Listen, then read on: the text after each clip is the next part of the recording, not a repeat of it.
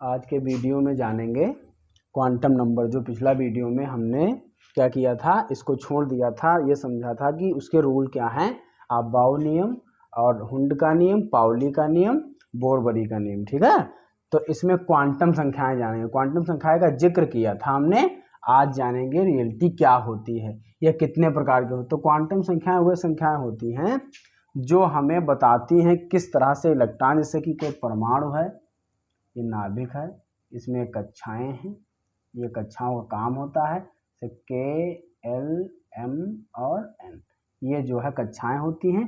इन्हीं के बारे में हम जानेंगे आज।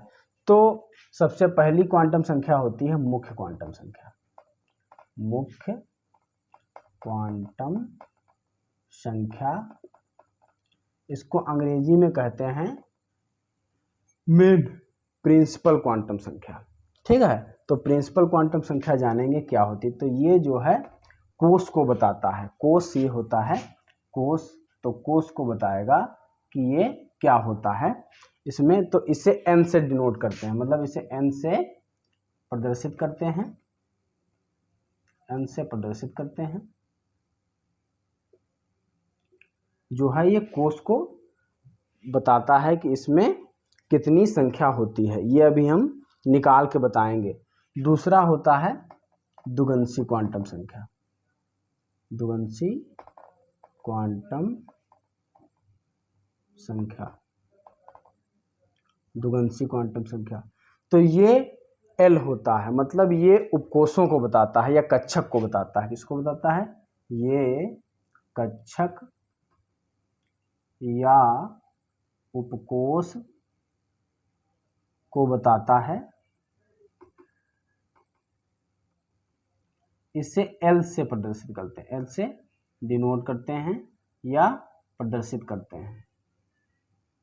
ठीक है, ये जो है SPDF पे ये भी डिपेंड करता है कि कौन से इलेक्ट्रॉन किसमें कितना होना चाहिए। तीसरा होता है मुख्य द्विगंशी और चुंबकीय क्वांटम संख्या। चुंबकीय क्वांटम संख्या, तो चुंबकीय क्वांटम संख्या जो होती हैं वो जो है इसी को दर्शाती हैं, इस पे ही डिनोट रहती हैं कि ये बताती हैं कि किस तरह से वो घूमता है। इसमें जो है इलेक्ट्रॉन जो होते हैं वो किस तरह से घूमते हैं और क्या बताते हैं। पहला तो ये इससे m से डिनोट करते हैं, इससे m से प्रदर्शित करते हैं या डिनोट करते हैं। यह इसका मान, यह है इसका मान, इसका मान L के मान पे, L के मान पर निर्भर रहता है, L के मान पे निर्भर रहता है। और चौथी होती है लास्ट चक्रण क्वांटम संख्या। चक्रण क्वांटम संख्या जो घूमता है, मतलब बताता है किस कक्षा में कहाँ पे कितने पे इलेक्ट्रॉन की संख्या, इलेक्ट्रॉनों की संख्या पहुंची हुई है। इसे S से प्रदर्शित करते हैं, इससे S से, ये S है, S से प्रदर्शित करते हैं। ये इलेक्ट्रॉन को बताता है स्पिन करते हुए कि ये उल्टा है या सीधा है। ठीक है, इसका मान भी होता है, ये अगर सीधा रहेगा तो इसका रहेगा +½ और अगर ये उल्टा रहेगा तो इसका रहेगा -½ हाफ का मतलब होता है 1/2। अब हम सीखेंगे कि किस तरह से इसकी संख्याएं निकलती हैं। इसको थोड़ा सा मिटा देते हैं। अब कैसे हम संख्या को निकालेंगे किसी भी तत्व के इलेक्ट्रॉन के लिए। तो सबसे पहले कोई भी ले लेते हैं नंबर, हम बड़ा थोड़ा लेते हैं, सोडियम ले लेते हैं। सोडियम 11 होता है, तो इसका पहले इलेक्ट्रॉनिक विन्यास लिखेंगे जो कि हमने अबाउ के नियम में सीखा था।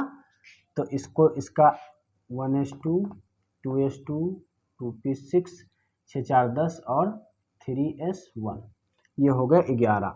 तो इसके किसी भी इलेक्ट्रॉन के लिए हम मान निकाल सकते, जैसे इसका निकालें तो पहले क्या होता है n एल, एम और एस। मुख्य क्वांटम संख्या, द्विगंशी क्वांटम संख्या, चुंबकीय क्वांटम संख्या और चक्रण क्वांटम संख्या। इसमें ये मुख्य क्वांटम संख्या मतलब इसके लिए निकालते हैं तो इसको बाहर करेंगे 3s1। तो ये जो मेन नंबर पहला वाला होता है यही तुम्हारा मुख्य क्वांटम संख्या यानी मुख्य क्वांटम नंबर होता है। और दूसरा जो मान होता है वो एस, पी, डी और एफ पे निर्भर करता है, 0, 1, 2 और 3। तो ये जो है मान अगर एस में है तो 0 रहेगा, पी में है तो 1 रहेगा, डी में है तो 2 रहेगा, एफ में है तो 3 रहेगा। अब ये इसमें यस में है तो एस के लिए क्या रहेगा, इसका मान 0। और चूंकि हम जानते हैं कि एस का मान एल के मान पे डिपेंड करता है तो एस के लिए एक ही कोष बनता है, कक्षक बनता है। तो ये क्या रहेगा, 0 ये है तो इसका मान भी 0 रहेगा। क्यों? क्योंकि इसका फार्मूला माइनस एल 0 और प्लस एल, मतलब माइनस एल से प्लस एल तक होता है। तो ये 0 है तो ये भी वैल्यू 0 रहेगी। इसमें इलेक्ट्रॉन एक ही है तो एक ही भरा जाएगा, ठीक नहीं। तो एम की वैल्यू क्या हो जाएगी, 0। और एस की वैल्यू क्या होगी, एस की वैल्यू हम बता चुके हैं, अगर सीधा इलेक्ट्रॉन है तो +½ और अगर उल्टा इलेक्ट्रॉन है तो उसके लिए -½ लिखा जाता है। तो इसके लिए क्या हो जाएगा, सीधे इलेक्ट्रॉन के लिए एक +½ हो जाएगा। अब इसके हम 2p उपकोष के लिए निकाल लें, 2p उपकोष के लिए तो 2p6। इसके लिए क्वांटम नंबर निकाल तो n, l, m और s होगा। तो n की वैल्यू क्या होगी, पहला नंबर मुख्य क्वांटम संख्या 2 हो गई। l की वैल्यू क्या रहेगी, 6 इलेक्ट्रॉन है यानी उपकोष p है तो इसमें 3 डिब्बे मिलेंगे, पहले बता चुके हैं। तो 3 में 6 इलेक्ट्रॉन है, पहला, दूसरा, तीसरा। ये हुंड का नियम कहता है पहले एक एक भरना है फिर दोबारा से उसको कंप्लीट करना है, पूरा करना है।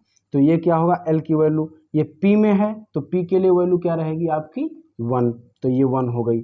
अब जो है m की वैल्यू p पे डिपेंड करती है l पे, तो ये क्या हो जाएगा -l 0 और +l। तो इसका 1 वैल्यू आई है तो ये -1, 0 और +1। तो +1 लास्ट इलेक्ट्रॉन है इसके लिए, तो ये क्या हो जाएगा हमारा प्लस का 1 m की वैल्यू। फिर s की वैल्यू क्या होगी, s की वैल्यू डिपेंड करेगी आपकी किस पे, जो है ये इलेक्ट्रॉन किधर को उल्टा है इसलिए क्या होगा -1/2। तो ये हम मुख्य क्वांटम संख्या निकालना से किसी भी इलेक्ट्रॉन के लिए हम कितना भी निकाल सकते हैं, ठीक है। इसके आगे अगले वीडियो में सीखेंगे।